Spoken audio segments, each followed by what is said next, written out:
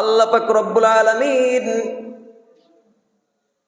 আল্লাহর নবী সাল্লাল্লাহু আলাইহি ওয়াসাল্লামের এই জবাব শুনে ওই দিনকে আল্লাহ পাক রব্বুল আলামিন চরিত্রিক সনদ দিয়ে দিয়েছে, ওয়া ইন্নাকা লাআলা খুলুকিন আযীম। হে বন্ধু, হে নবী, আপনি আমার সৃষ্টির ভিতরে যত কিছু আমি সৃষ্টি করেছি, সৃষ্টি জগতের ভিতরে সবচাইতে উত্তম চরিত্রের অধিকারী আপনি। কন্যা সুবহানাল্লাহ। আপনার মতো উত্তম চরিত্র দুনিয়ার ভিতরে আর কেউ নাই, আসেও নাই, আর কোনোদিন আসবেও না। কন্যা সুবহানাল্লাহ। আর সেই নবীর চরিত্রের উপরে যারা সন্দেহ করে তারা বিনা দলিলে কাফের। জোরে বলেন নাউজুবিল্লাহ। কথা বলেন ঠিক না বেঠিক?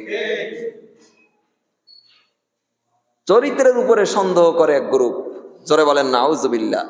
তাহলে আমাদের নবী গোটা জগৎ সমূহের জন্য রহমত। কন্যা সুবহানাল্লাহ। তাহলে আজকে আমি একটু রহমতের আলোচনা করবো ইনশাআল্লাহ। বলি ইনশাআল্লাহ। সবাই বলেন না ইনশাআল্লাহ। নাড়া দেন।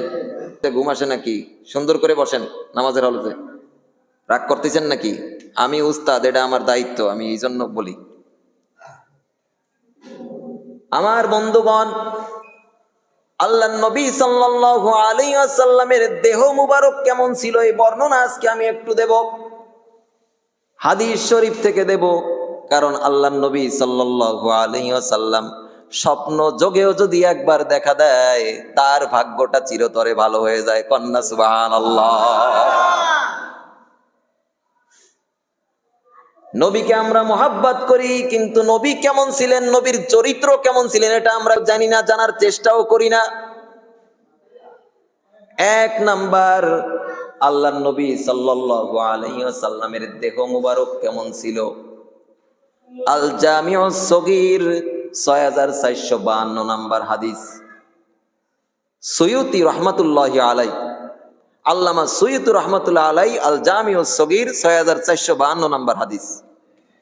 হাদিসের বর্ণনাকারী আবু হুরায়রা রাদিয়াল্লাহু তাআলা আনহু। আন আবি হুরায়রা রাদিয়াল্লাহু তাআলা আনহু قال كان رسول الله صلى الله عليه وسلم أبيض كأنما صيغ من فضة। আবু হুরায়রা রাদিয়াল্লাহু তাআলা আনহু বর্ণনা করতেছেন, আল্লাহর নবী সাল্লাল্লাহু আলাইহি ওয়াসাল্লামের দেহ মুবারক এত সুন্দরময় ছিল, আল্লাহর নবী সাল্লাল্লাহু আলাইহি ওয়াসাল্লামের দেহ মুবারক এত সুন্দর ছিল, কান্নামা সিগ মিন ফিদ্দা, মনে হতো তার দেহ যেন রূপা দ্বারা গঠিত। কন্যা সুবহানাল্লাহ। সুবহানাল্লাহ কিন্তু আসতে হইছে। আল্লাহর নবীর দেহর বর্ণনা শুনবেন, সুবহানাল্লাহ বলবেন, স্বপ্ন যোগে আসতেও পারে। আল্লাহ পাক কবুল করুক, সবাই বলে আমিন। সিগ মিন ফিদ্দা, আল্লাহর নবীর দেহ মুবারক, আবু হুরায়রা বলতেছে, এত সুন্দরময় ছিল মনে হতো রূপা দ্বারা দেহটা গঠিত। সুবহানাল্লাহ। আমাদের এই বাজারে যে সমস্ত রূপা বেচে এলো ভেজাল, অরিজিনাল রূপা কিন্তু অনেক চকচকে থাকে। অরিজিনালটা তো দেয় না, যার কারণে কয়েকদিন পরে কালো হয়ে যায়। অরিজিনাল রূপা হচ্ছে চকচকে সাদা। এলো দেহ মুবারক। তিরমিজি শরীফের 3637 নাম্বার হাদিস। আন আলী রাদিয়াল্লাহু তাআলা আনহু قال, আলী রাদিয়াল্লাহু তাআলা আনহু বলতেছে, কানা রাসূলুল্লাহ সাল্লাল্লাহু আলাইহি ওয়াসাল্লাম দখমার রাসি। আল্লাহর নবী সাল্লাল্লাহু আলাইহি ওয়াসাল্লামের মাথা মুবারক কেমন ছিল, হযরত আলী রাদিয়াল্লাহু তাআলা আনহু বর্ণনা করতেছেন, আল্লাহর নবী সাল্লাল্লাহু আলাইহি ওয়াসাল্লামের মাথা মুবারক কেমন ছিল, এত ছোট ছিল না, তুলনামূলক একটু বড় ছিল, দেখতে অনেক সুন্দর লাগতো। কন্যা সুবহানাল্লাহ। ছোট ছিল না, তুলনামূলক একটু বড় ছিল, দেখতে খুবই চমৎকার লাগতো। কন্যা সুবহানাল্লাহ। মাথার বর্ণনা। চুল কেমন ছিল, জাওয়াইদুল মুসনাদ 944 নম্বর হাদিস। এই হাদিসের বর্ণনাকারী আনাস রাদিয়াল্লাহু তাআলা আনহু। আন আনাস রাদিয়াল্লাহু তাআলা আনহু قال, কানা রাসূলুল্লাহ সাল্লাল্লাহু আলাইহি ওয়াসাল্লাম কাসীরা শা'রির রাসি কন্যা সুবহানাল্লাহ। আল্লাহর নবী সাল্লাল্লাহু আলাইহি ওয়াসাল্লামের চুল মুবারক, চুলগুলো ঘন ছিল, পাতলা ছিল না, চুলগুলো ঘন ছিল, কন্যা সুবহানাল্লাহ। চুলগুলো কি ঘন ছিল? চুল কেমন ছিল? ছোট ছিল না লম্বা ছিল, সোজা ছিল না বাঁকা ছিল? মুসলিম শরীফের 2347 নম্বর হাদিস, আন আনাস রাদিয়াল্লাহু তাআলা আনহু قال ওয়ালা বিল জাদিল কতাতি ওয়ালা বিস সাবতি। আল্লাহর নবী সাল্লাল্লাহু আলাইহি ওয়াসাল্লামের চুল মুবারক অধিক কুকড়াও ছিল না, অধিক বাঁকানো ছিল না, আবার অধিক সোজাও ছিল না, কন্যা সুবহানাল্লাহ। আল্লাহর নবী সাল্লাল্লাহু আলাইহি ওয়াসাল্লামের চুল কি ছিল না? বাঁকা বাঁকা কুকড়া কুকড়া, একদম ওই যে ইসের মতো ছিল না, আবার একেবারে তারের মতো কেমন সোজাও ছিল না। তাহলে কেমন ছিল? আল জামিউস সগীর 6452 নম্বর হাদিস, আবু হুরায়রা বলতেছে কেমন ছিল। সুবহানাল্লাহ বলেন। আন আবি হুরায়রা রাদিয়াল্লাহু তাআলা আনহু قال কানা রাসূলুল্লাহি সাল্লাল্লাহু আলাইহি ওয়াসাল্লাম রাজিলাশ শারি। আল্লাহর নবী সাল্লাল্লাহু আলাইহি ওয়াসাল্লামের চুলগুলো ছিল এরকম, মাথার ভিতরে ঢেউ খেলতো, কন্যা সুবহানাল্লাহ। মাথার ভিতরে কি খেলতো? ঢেউ খেলতো। এবার প্রশ্ন হলো, উনি কি চুলে সিঁথি কাটতেন? জানেন কেউ? এই তো জানি না। এই হাদিসটা আছে আল জামিউস সগীর 6475 নম্বর হাদিস। ইনিন ফারাকাত আকিকাতুহু ফারাকা ইল্লা ফালা। আল্লাহর নবী সাল্লাল্লাহু আলাইহি ওয়াসাল্লামের চুলের ভিতরে আনায়েসে যখন সিঁথি এসে যেত তখন তিনি সিঁথি কাটতেন।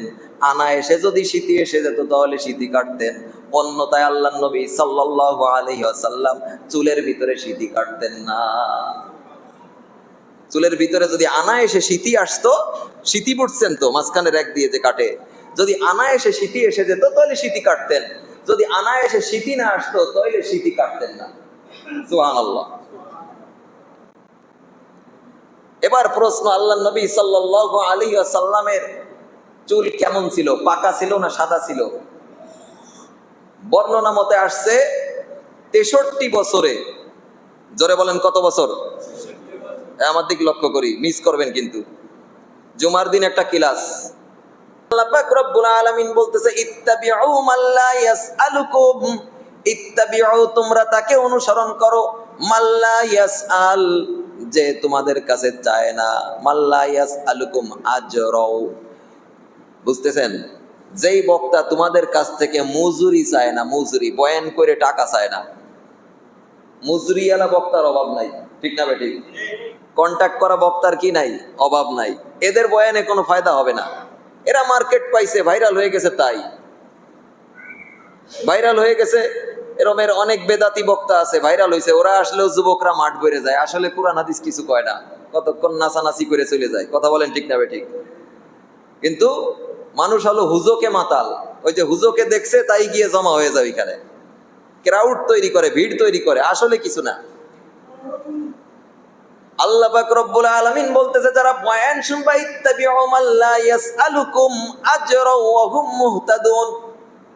যারা বয়ান শুনবা, বক্তার ভিতরে দুইটা যোগ্যতা থাকতে হবে, কারণ ইবলিসও কিন্তু বয়ান করছিল, বয়ান করে আদম আর হাওয়ারে গন্ধম ফল খাওয়াই ছাড়ছিল। এই জন্য সবাই রজ যদি তুমি শোনো, তোমারও দুনিয়ার ভিতরে হারাম খাওয়াই দিতে পারে। কথা বলেন ঠিক না বেঠিক? এক নাম্বার, যেই বক্তা বয়ান করে আচরণ কোনো মুজরি নেয় না, আর ওয়াহুম মুহতাদুন, দেখবা তার ভিতরে হেদায়েত আছে কিনা। তার ভিতরে হেদায়েত নাই, বক্তা টাই বাঁধে বয়ান করে, বক্তার দাড়ির খবর নাই, বক্তা শার্ট পরে বয়ান করে, বক্তার দাড়ির খবর নাই, এরকম বয়াতি মার্কা বক্তা আছে না নাই? তাহলে আল্লাহর হুকুমে এরা তারা মানে নাই। অনেক বয়াতি বক্তা আছে, দাড়িও নাই, চুল বড় বড়, চুল কতটুকু রাখা জরুরি তাও জানে না, বয়ান করতেছে, তাই শুনতেছে। তাহলে যে কোনো ভাবে হেদায়েত হতে পারে, এই জন্য আমরা লক্ষ্য করি। কোন পর্যন্ত আসছে যে আল্লাহ নবী সাল্লাল্লাহু আলাইহি ওয়াসাল্লাম ইচ্ছা করে সিঁথি কাটতেন না, সিঁথি যদি আনায়েসে এসে যেত তইলে সিঁথি কাটতেন। সুবহানাল্লাহ। মুসলিম শরীফের 2344 নম্বর হাদিস, কদ শামিত মুকদ্দম ওয়ালিহিয়াতিহি, আল্লাহ নবী সাল্লাল্লাহু আলাইহি ওয়াসাল্লামের চুল এবং দাড়ির সামনে কিছু অংশ সাদা সাদা হয়ে গিয়েছিল, কিছু অংশ সাদা হয়ে গিয়েছিল। ওয়া কানা ইযা ইদ্দাহানা লাম ইয়াতাবায়্যান, আল্লাহ নবী সাল্লাল্লাহু আলাইহি ওয়াসাল্লাম যখন তেল মাখতেন, তৈল দিতেন, তখন এই সাদা দেখা যেত না। কন্যা সুবহানাল্লাহ। আল্লাহ নবী সাল্লাল্লাহু আলাইহি ওয়াসাল্লাম যখন তৈল মাখতেন তখন এই চুল সাদা দেখা যেত না। ওয়া ইযা শাইসা রাসুহু তাবায়্যান, কিন্তু যখন চুলগুলো এলোমেলো থাকতো তখন এই সাদাগুলো আনায়েসে দেখা যেত। ব্যাখ্যার ভিতরে আসছে মাত্র 18টা চুল এবং দাড়ি মিলে 63 বছরে ওনার কয়টা ছিল বলেন তো? পাকা 18টা। জোরে বলেন না সুবহানাল্লাহ। চুল এবার কতটুক ছিল? চুল যে উনি রাখতেন কতটুক রাখতেন? এই হাদিসটা বর্ণনা করেছে আনাস রাদিয়াল্লাহু তাআলা আনহু। এটা হচ্ছে মুসলিম শরীফের 2338 নম্বর হাদিস। আন আনাস রাদিয়াল্লাহু তাআলা আনহু قال কানা শা'রু রাসূল সাল্লাল্লাহু আলাইহি ওয়াসাল্লাম ইলা আনসাফি উযুনাই, আল্লাহর নবী সাল্লাল্লাহু আলাইহি ওয়াসাল্লামের চুল 2 কানের মাঝ পর্যন্ত ছিল। কন্না সুবহানাল্লাহ। 3 নিয়মে আল্লাহর নবী চুল রাখতেন। জোরে বলেন কয় নিয়মে? আরো জোরে বলেন কয় নিয়মে? 1 নাম্বার অফরহ। 1 নাম্বার কি? অফরহ। 2 নাম্বার লিম্মা। 3 নাম্বার জুম্মা। অফরহ কোনটা? এই যে কেবল যে হাদিসটা বললাম এই পর্যন্ত হচ্ছে অফরহ। 2 কানের, এই যে 2 কানের এই মাঝ পর্যায়ে এই পর্যন্ত, এটাকে বলা হয় অফরহ। এটা হচ্ছে মুসলিম শরীফের 2338 নম্বর হাদিস। আনাস রাদিয়াল্লাহু তাআলা বলতেছে ইলা আনসাফি উযুনাই, আল্লাহর নবী সাল্লাল্লাহু আলাইহি ওয়াসাল্লামের চুল 2 কানের মাঝামাঝি পর্যায়ে ছিল। কন্না সুবহানাল্লাহ। বুখারী শরীফের 5905 নম্বর হাদিস, আল্লাহর নবী সাল্লাল্লাহু আলাইহি ওয়াসাল্লামের চুল মোবারক কেমন ছিল? বাইনা উযুনাই ওয়া কাতিফাই, আল্লাহর নবী সাল্লাল্লাহু আলাইহি ওয়াসাল্লামের চুল কান এবং কাঁধের মাঝ পর্যায়ে ছিল। কন্না সুবহানাল্লাহ। প্রথম জানলাম 2 কানের মাঝামাঝি পর্যায়ে, এই যে এই পর্যন্ত। এরপর জানলাম কাঁধ এবং কানের মাঝামাঝি, এই যে এটাকে বলা হয় লিম্মা। এটাকে বলা হয় কি বলেন তো? লিম্মা। বুখারী শরীফের 5904 নম্বর হাদিস।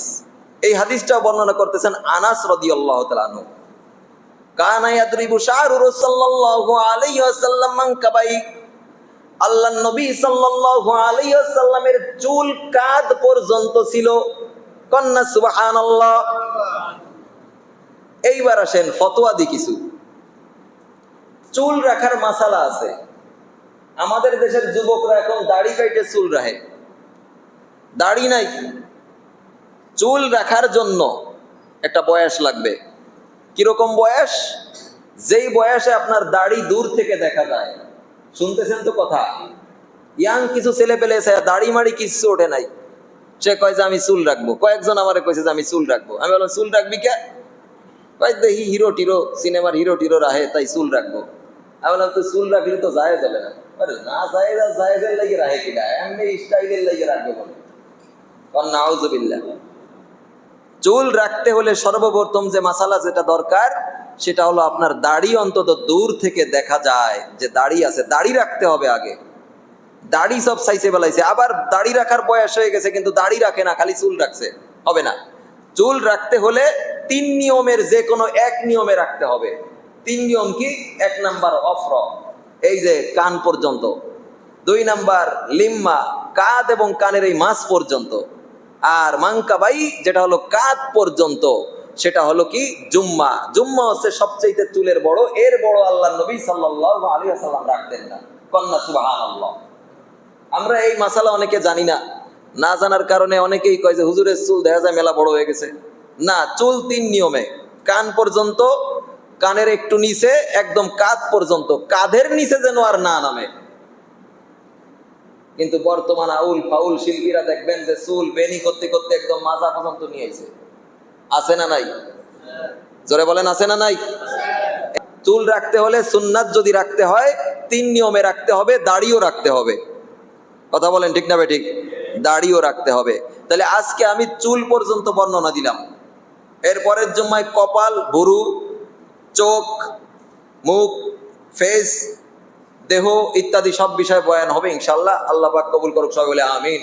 ওমা আলাইনা ইল্লাল বালাগ ওয়া আখিরি দাওয়ানা আলহামদুলিল্লাহি রাব্বিল আলামিন। আসসালামু আলাইকুম ওয়া রাহমাতুল্লাহি ওয়া বারাকাতুহু।